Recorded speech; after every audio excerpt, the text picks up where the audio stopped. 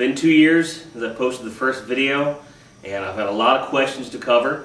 So I thought that what I would start off with is kind of a rehash of the first Blast instructional video, answer some questions that have been raised by that video, and then go over some different things that, general drumming truths I've learned over the years.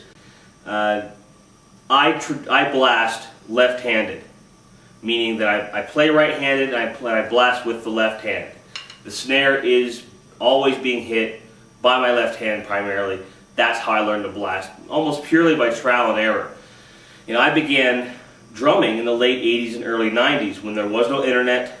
There were not very many drumming videos at all, let alone metal or extreme drumming. So a lot of us had to learn by trial and error on our own. And that's what the case was with me. So what I had to learn was purely by ear and trial and error on the kit. Saw a video of Paul Mazurkiewicz playing in Cannibal Corpse, right-handed. He looked like he was doing a lot of extra labor to get that done. It just didn't seem right to me, and I tried it, and it just didn't work for me. So I decided that it can't be the way that it should be done. So I went ahead and started blasting left-handed. In the first video, I did say something to the effect of, if people learn to blast left-handed the right way, the proper way, it's been misquoted and misunderstood. I want to make sure that everyone understands out there that if you're blasting and you're comfortable, you're doing it right. What I was referring to was guys that play right-handed drums, meaning you're hitting the snare with your left hand primarily most of the time. But then they'll turn around and do a blast beat and they suddenly switch to right hands and only blast right-handed.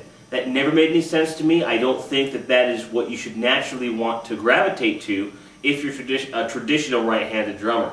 I think that you're kind of losing some of the abilities you would gain by taking the time to learn playing blast with the left hand.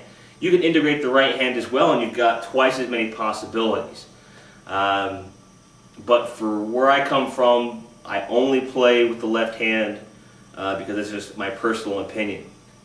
Some of the questions that have come up, most of them relate to the grip and how it works. One particular question that was raised with regard to thumb placement. Now, I do place my hand pretty high up on the stick overall. Now, one thing you want to take into consideration, this grind stick, which is what I play with, Hickory 5Bs, their standard 5B model, it's a good 1.5 to 2 inches longer than a standard 5B stick. And my thumb and fingers end up right around the bottom of the logo here. And I traditionally keep the logo up, put my thumb right to where it's just starting to cover the G. And although most guys would say, whoa, it's straight up, no, it isn't. My grip is actually like this, at a 45-degree angle, so my thumb's pointing kind of up this way. And when I'm playing, it's almost to the side. And that's so that I have free range of motion here when I have my hands open. I can bring the fingers in to pick up the slack.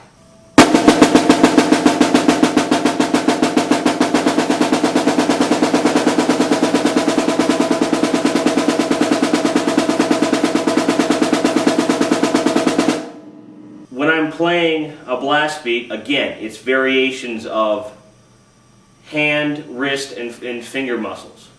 Slower the blast, the more wrist you're using. The faster the blast, the more fingers you're using. This doesn't really change.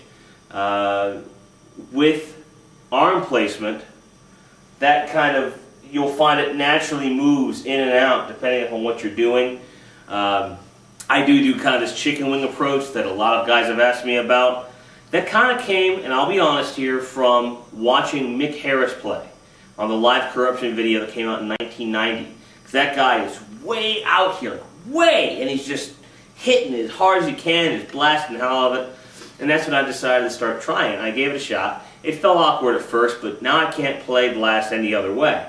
Elbows out here, and the reason that it happens now is more a matter of hand placement, where I've got my hand almost straight down.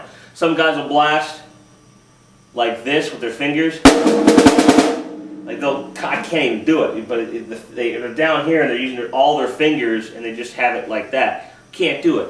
I have to have it like this to where I have full swing of the stick, so I'm really using the arm to position the hand.